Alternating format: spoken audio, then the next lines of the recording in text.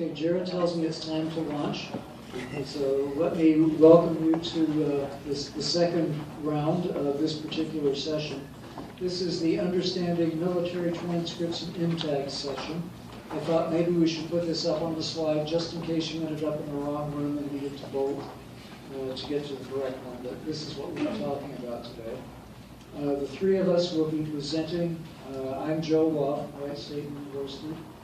Gene Chappell and Jared Shank also will be presenting.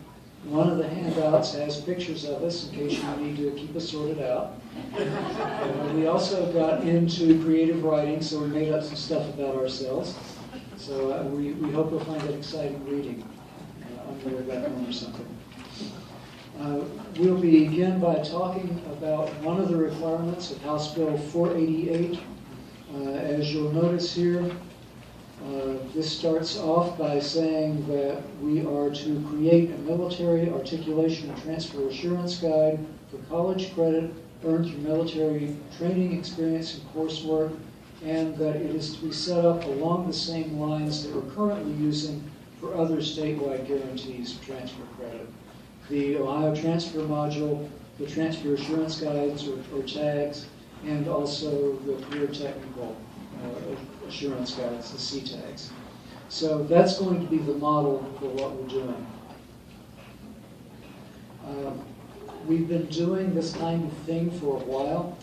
I know that when initially something comes down to us, especially from Columbus, we begin to think, oh my God, we've got to start all over again.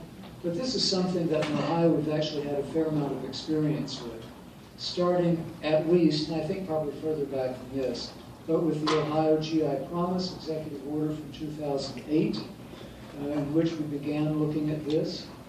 A couple of years later, we all became members of the Service Members Opportunity Colleges. The Chancellor's Directive in 2011 addressed this, and we've been working on that. There was another one in 2013, and this most recent one that has been signed into law just this year. The Military Strategic Implementation Team was formed in large part to address the requirements of House Bill 488. One subgroup, which you see standing right in front of you today, is working on the MTAG. And that's what we've been charged with. That's what we'll be showing you some things about this afternoon. As I said before, we're going to be using those three currently existing statewide guarantees, those three pathways, as the model for all of this. And we're going to approach it in two major stages. The first thing that we're going to do is really look at what's out there right now, those three pathways that are there, and see what can be aligned with what's out there later. And then later on, we'll be looking at enlarging that, developing additional pathways, perhaps even looking at some block credit, some additional courses. So the first thing that we did was to say, what's going on out there right now? What kinds of credits are Ohio public institutions of higher education currently giving to our students who bring in military training and working experience? And what we did then was to send out a survey asking what it was, and then when we got that survey back and saw what the courses were, we lined those up to see which of those courses were already part of statewide guarantees. And what we saw, in fact, was that people were giving credit for things that are TAG courses, for things that were transfer module courses, for things that were CTAGs. So what we want to do then is to start with those and try to bring that all into alignment. Anytime there's a new initiative from the Board of Regents that involves dealing with transfer credit, back when we did the regularization of the AP scores, what we saw was that people were doing it, but they're not doing it exactly the same way everywhere. And I hope you'll recognize that as understatement. So the first thing that we found out when we started looking at this is not a total representation of what we found, but here are some of the things that we found where schools are awarding credit for things that are part of the CTAGs, AC and DC circuits, construction materials testing, computer applications. Those are all CTAG courses. People are giving credit for those courses right now.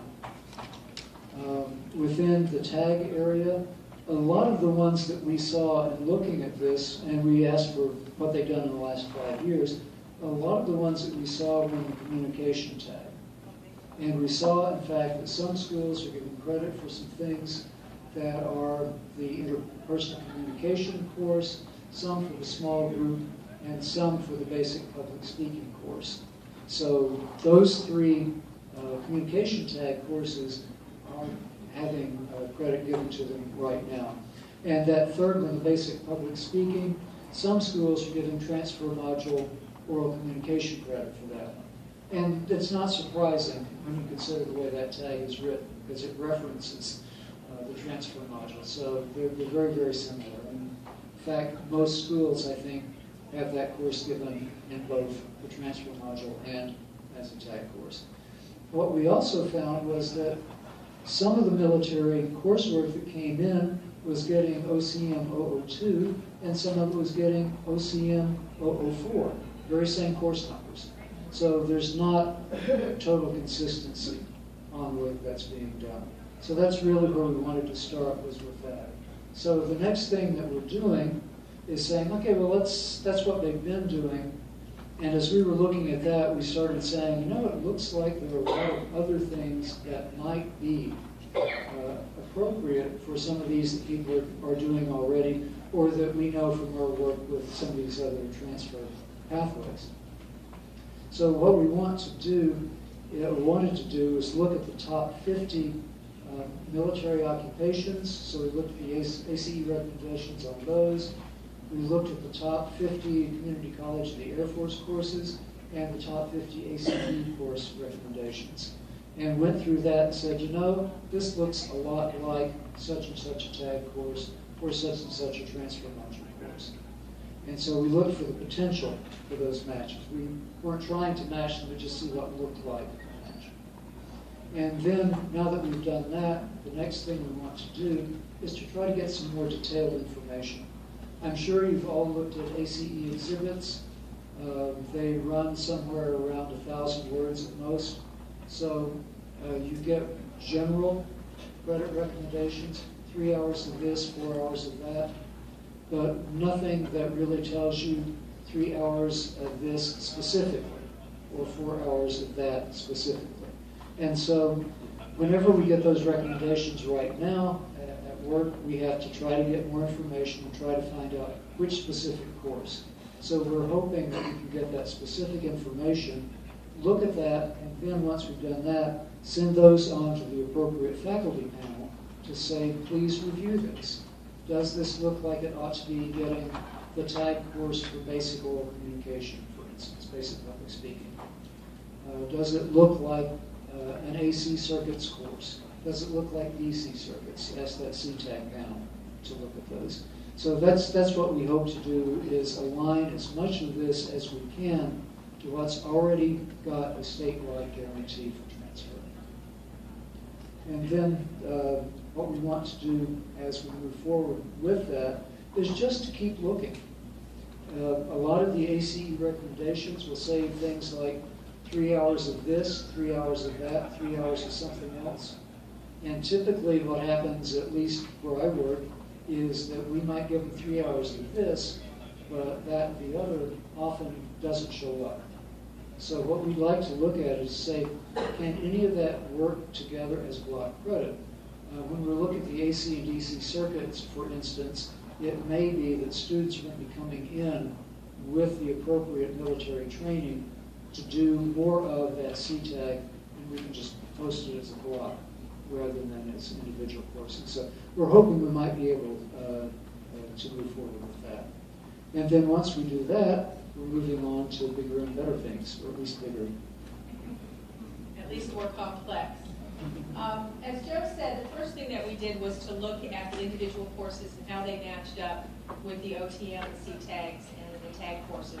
Again, the point being not to reinvent the wheel, to work within the current system that we've had, in order to maximize and what we were doing, as well as have some degree of consistency. So we started off with the individual courses, and then we started to look at, or are currently starting to look at those courses that we can award as block credit.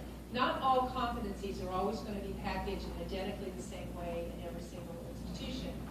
They may actually be found in several different courses, and as we were looking through the ACE recommendations and so forth, we noted that. So what we're looking at now is to determine the possibility of awarding these credits as block credits so that we'll be able to take advantage of several of the ACE recommendations for a particular program of study. We were also looking at pathways for transfer where a student would be able to start at a community college and then transfer on to a four-year institution. Again, looking at those ACE recommendations and be able to award credit in that block fashion. The point of which is, can these be aligned? Can we look at that pathway to make it as transparent to the servicemen as possible, as well as make that transferability more fluid? All right. And then, of course, after that, we're looking at first what is out there, and the next is to realize that not everything is going to fit perfectly. So what new can we create? What new MTAGs or new, MTAGs can we create that perhaps have not been identified before? And so that's the step 2. And again, we're going to be using the established processes in place in order to go through the appropriate faculty approval process. And then, so to recap, I do want to bring your attention to the handout that up here. The handout summarizes both the individual courses that we were able to look at, the process for the established ones, as well as the development of new ones. There will also be on our website, the OBR website, the toolkit that will have all this information, including all of these handouts available. The panel has really gone to a lot of trouble, a lot of effort, especially with OBR, with the NSIT group, to develop this toolkit to make it as convenient for everyone as possible in getting this information. And now, military transfer. All right, I'm going to dive into the details of military transcripts. So what you need to know to make sure things are happening correctly. For starters, you need to know where the background information on military coursework can be found. So the first link is to the college catalog for the Community College of the Air Force. They are a regionally accredited institution, so if you aren't familiar with either one of these links, you need to become familiar with those. That looks essentially like a regular college catalog. You can see all of the Air Force coursework in it, course descriptions, and see what's going on. It should be very comfortable for you to look at that. The next one is the American Council on Education, their military guide. That is a little bit different, but it's set up similar to a college catalog. You can search by the ACE course number. It'll bring up the information on the course, some of the outcomes, and the credit recommendations. So it's similar to a college catalog, but not quite the same. Other military transcripts, just as an FYI to be aware of, the branch academies, obviously, like the Naval Academy in Annapolis, the West Point Military Academy, they would have transcripts, but again, those are more like a regular institution. They're regionally accredited. That's typically not a big deal. Defense Language Institute is out in California at the Presidio Monterey. That's typically where the military sends folks to do language training. They are a little bit significant because if you complete their 45-hour language program, you can then transfer in other credits from other institutions or use CLEP and Dante tests and get your associates through them.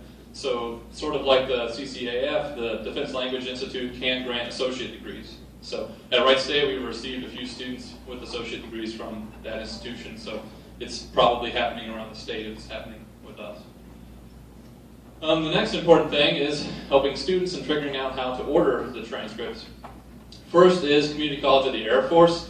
That's the link. It's pretty cut and dry. They just go fill out their own personal information, request the transcript to be sent to your institution, and it's fired off. With the JST, there's actually a few options.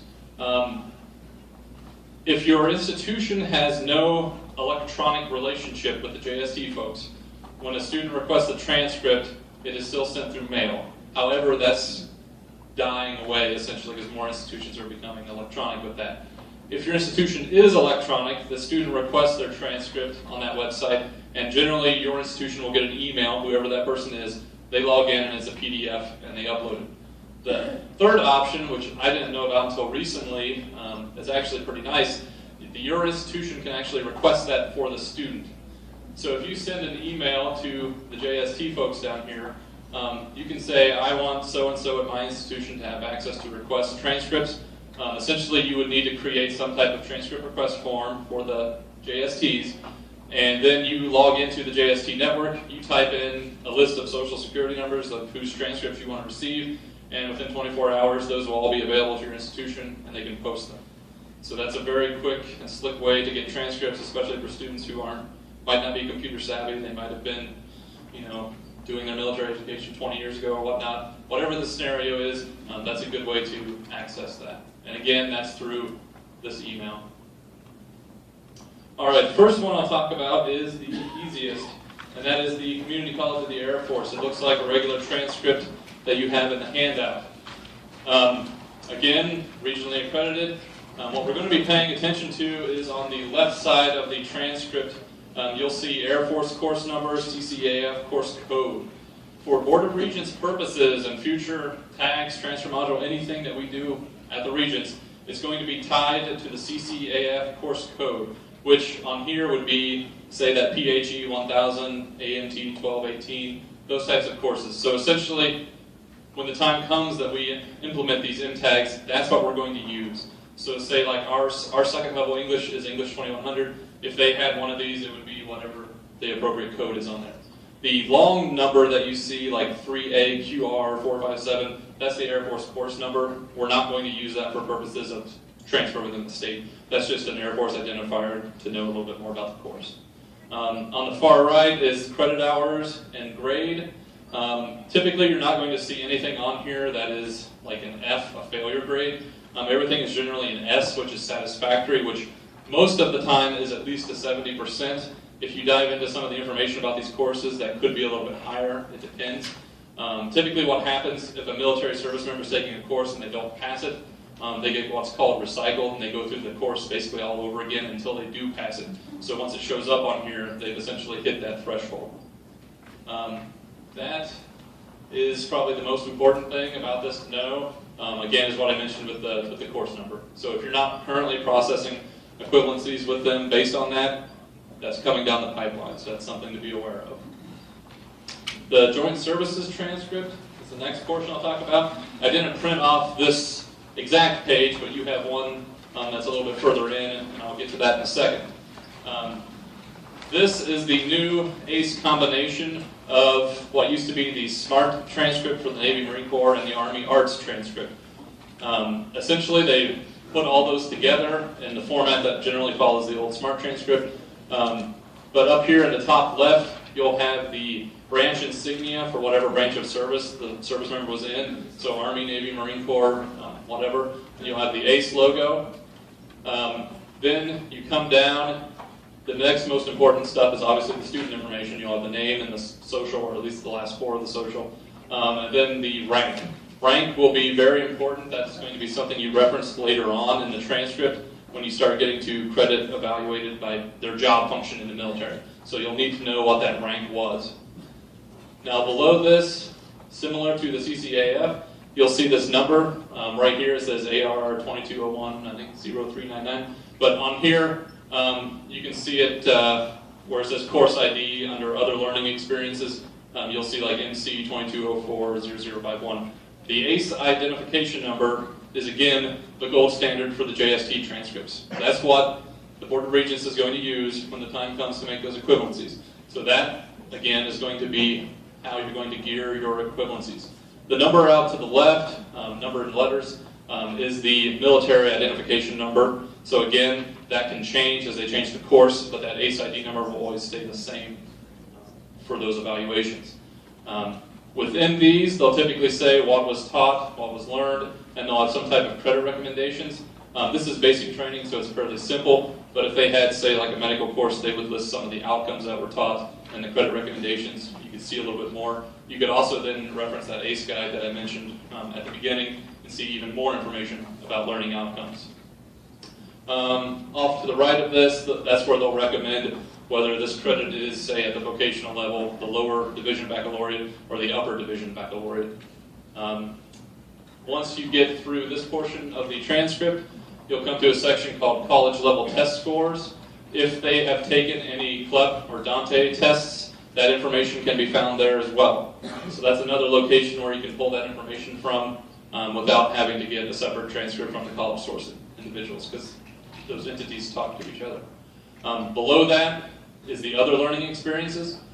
This is, initially I didn't think this was all that important until I really started getting into this role and looking at this more, and that's a pretty significant area, meaning you really need to pay attention to some of the reasons why certain courses don't have credit, but I'll get to that in just a second. After that, you have what's called a summary, which has basically the ACE course ID, the title of the course, and then the credit recommendations right below it, and the hours. This page is going to be generally used for whatever staff you have who actually enter that information into the transcript. I don't know who that is at your institution. At ours, it's in the records portion of the registrar's office. So those people generally want to see this. If you're doing the evaluation side of things, sending this off to faculty, they're probably going to want the first portion where they can see more information, see outcomes, that type of information. So just be aware of that. The last page is what's called the JST transcript explanation. Not until recently did I realize this was actually different for the branches. So if this is an Army transcript, they'll explain the Army ins and outs. If it's a Navy, Marine Corps, they'll explain the Navy ins and outs. And what I mean by that is they'll explain some of the rank structure in here, what certain acronyms mean on the transcript, and that type of information. And again, that's different depending on which branch of service they were in. I believe the example I have on the back of this was for a Navy person, so you'll see the Navy examples in there. And the next part is where I attack ACE. What I mean by that is their system, the ACE system, is only as good as their technology, and it's only as good as what the military is then providing them. So be aware of that, first of all. Now, when you're processing these transcripts, you'll need to know as much information as humanly possible and really dive into this. If you have a military background, it'll make a lot more sense. If you don't, you're going to need a lot of documentation from ACE and read that time and time again to get really familiar with this. This example I had created for this slideshow, but I wasn't terribly happy with it.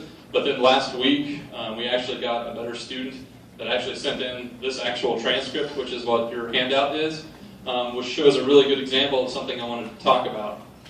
In that other learning experiences area on the handout, you can see that, one, there's 3 courses down there at the bottom.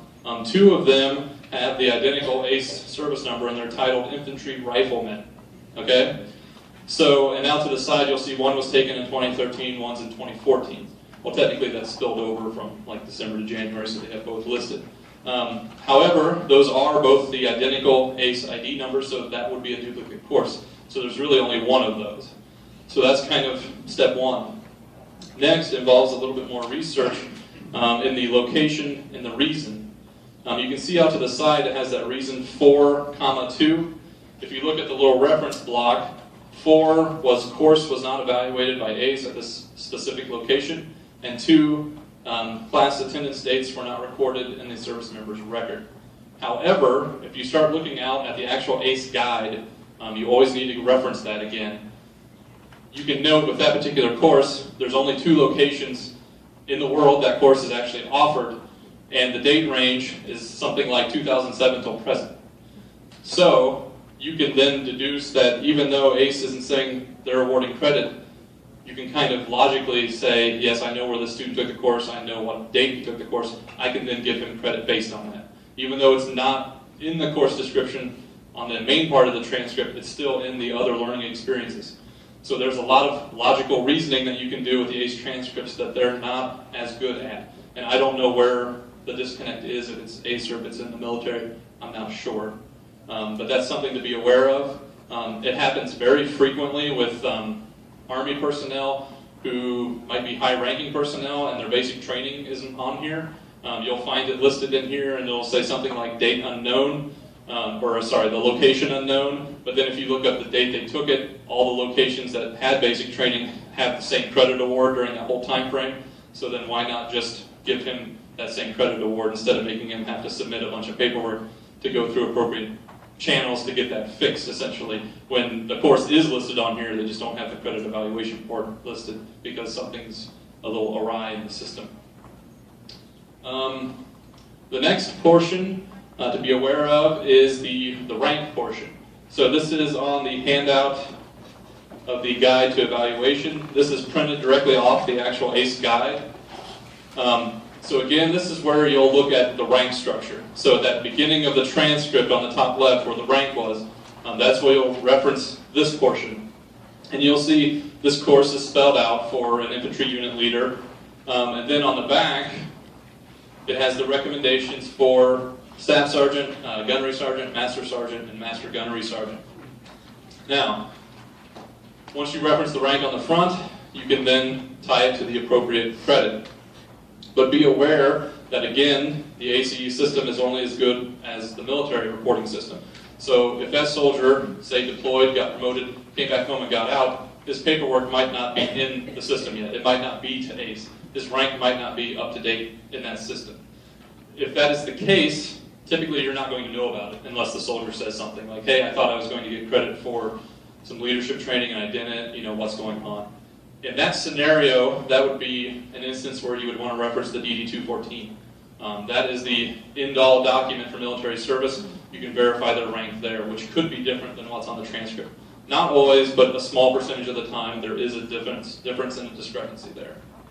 Now, the other thing that goes on is you need to understand military rank structure.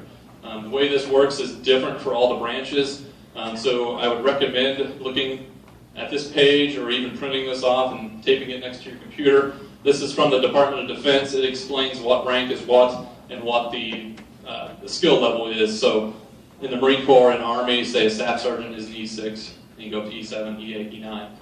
The issue with some of these, and in particular most often with the Marine Corps and some with the Army, they have recommendations for all these ranks, but there's two ranks that are also left out of this equation. And this is something to be aware of. If you're in the military, you might catch this occasionally, where the rank of E8, which is a Master Sergeant, is equivalent to a First Sergeant. A First Sergeant just has a command position within that unit. So in order to become a First Sergeant, you have to be a Master Sergeant first. It's a stepping stone. So when you look at this credit recommendation, they have a recommendation for Master Sergeant, and they have one for Master Gunnery Sergeant, but they don't have it for First Sergeant, which would be the same as a Master Sergeant. So if you know your military rank structure and your background, that again is credit you can give them. But if this transcript comes in and their rank on that first page was First Sergeant, and you don't investigate this, then you're not going to award any credit for this course.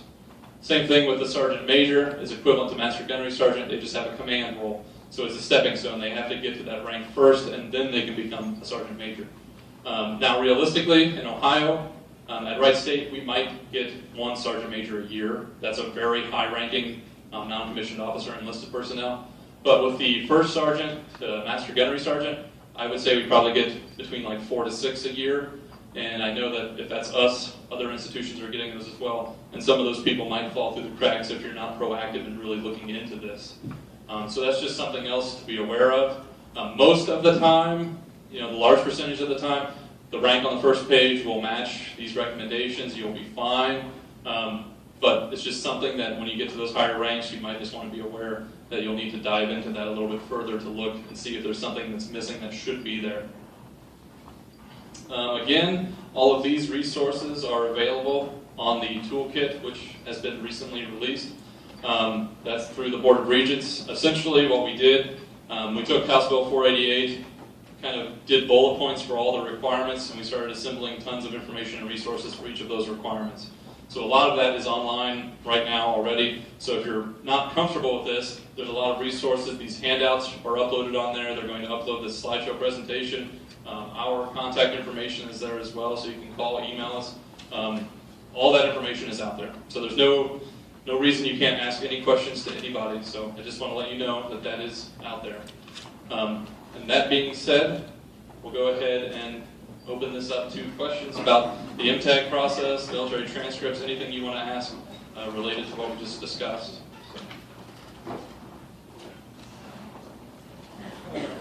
Charles Tucker from Clark State. At the evaluation session, it was mentioned that there was going to be training on the MTAG in the spring. What nature is that training going to be? At the moment, we're looking at it being kind of two prongs. One prong of that is going to be geared towards the evaluation, the faculty staff side of that. So how to assemble the information, what information to assemble, that type of process. What do the faculty staff members want to see to evaluate the credit? That's going to be one side. And the other side is going to be similar to the portion I just did, where it's going to be diving into the details, the people who are processing this and putting it on your school's transcripts, what information they need to know, and diving into the details of that. So it's kind of going to be both elements of that. Mary Beth? Mary Beth, Latham from ACE. So there are two things that you brought up that I think are really important that I want to address. One is on the what I would call the review of the review, and your mention of forms of instruction. When we're doing the review, when we're putting it together in a course exhibit, we realize that course exhibit doesn't tell everything that you would like to know specific to an institution.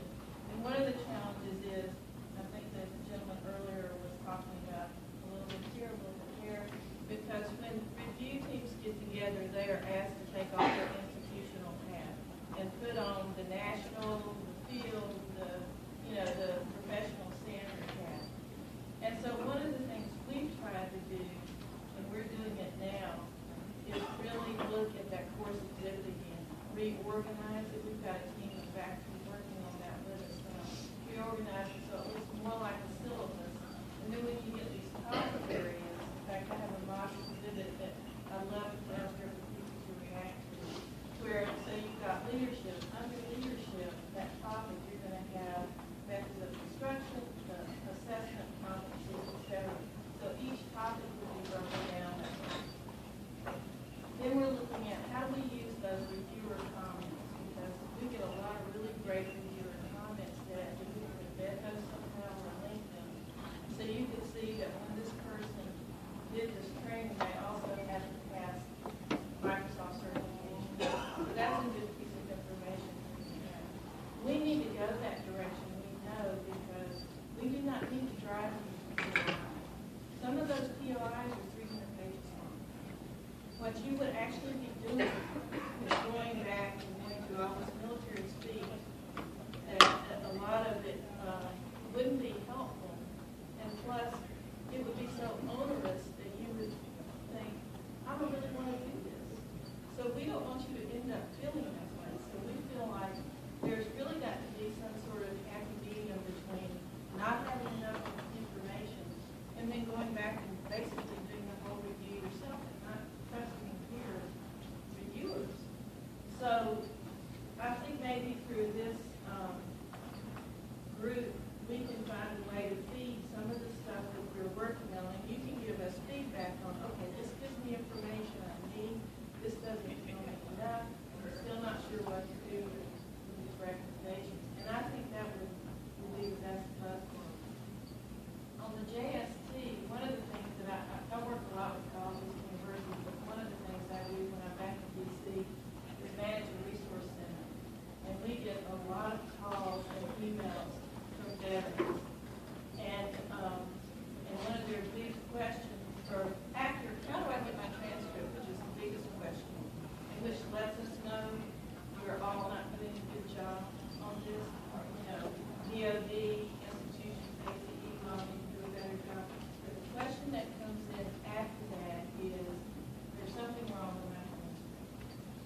And Jared mentioned a lot of those reasons. So what we do at ACE, we do the credit recommendations. We go out and do the reviews. The review teams put the course exhibits together. They put them in the military guideline. But if I'm a veteran and I see something wrong or something that needs to be updated, I've got to go to JST operations. I've got to email them. I've got to say,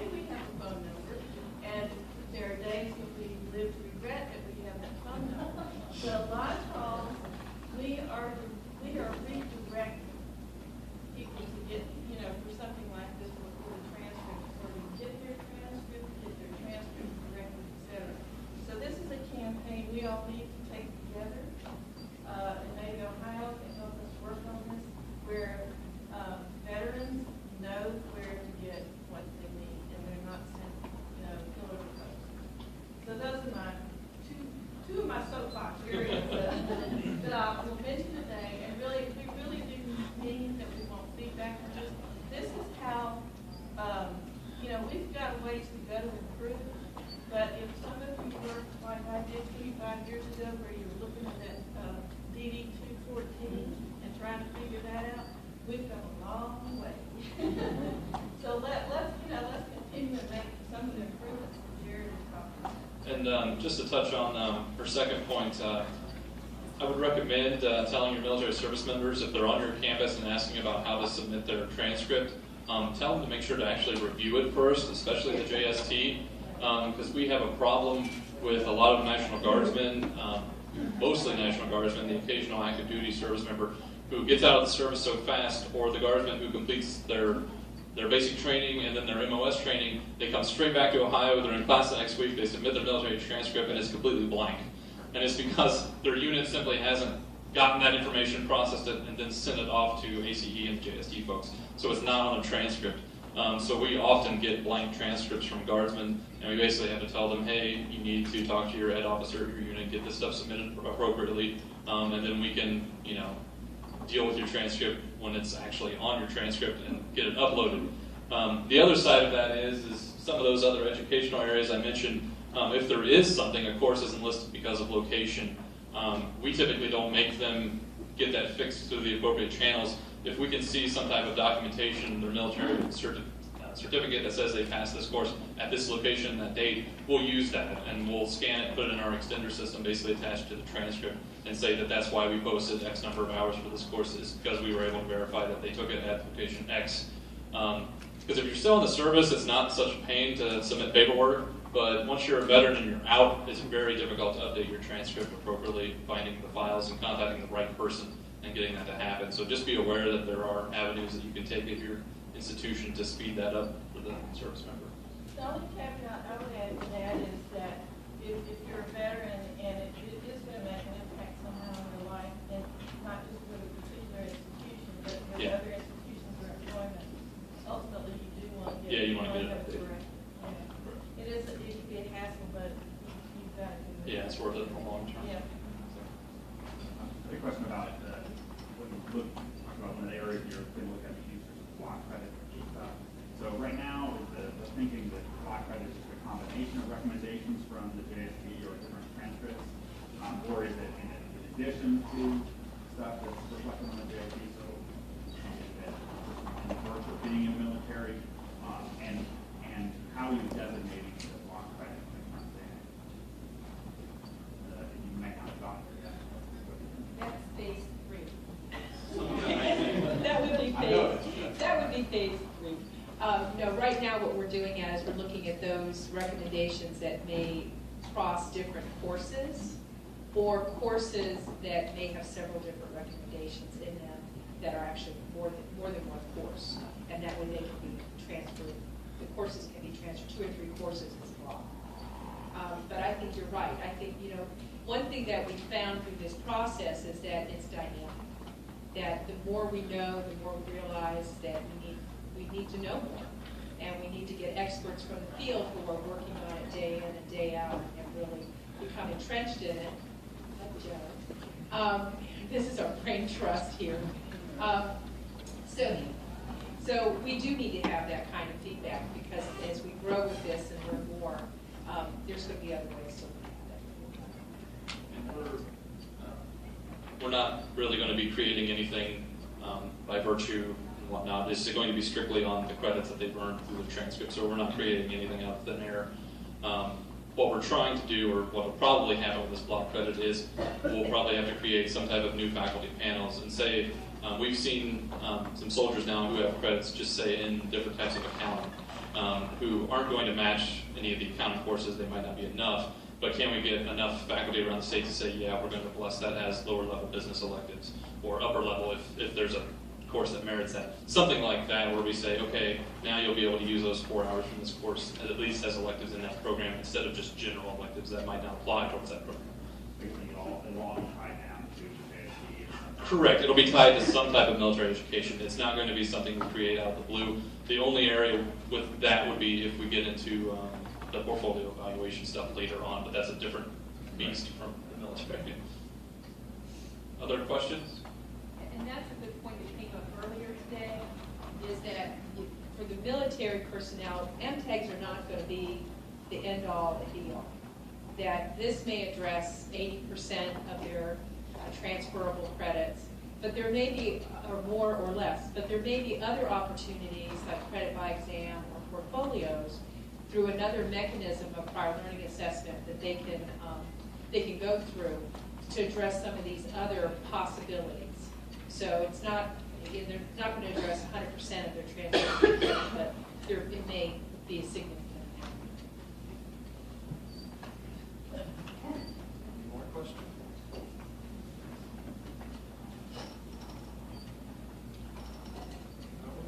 Well, thank you very much. Don't forget to check out your schedule.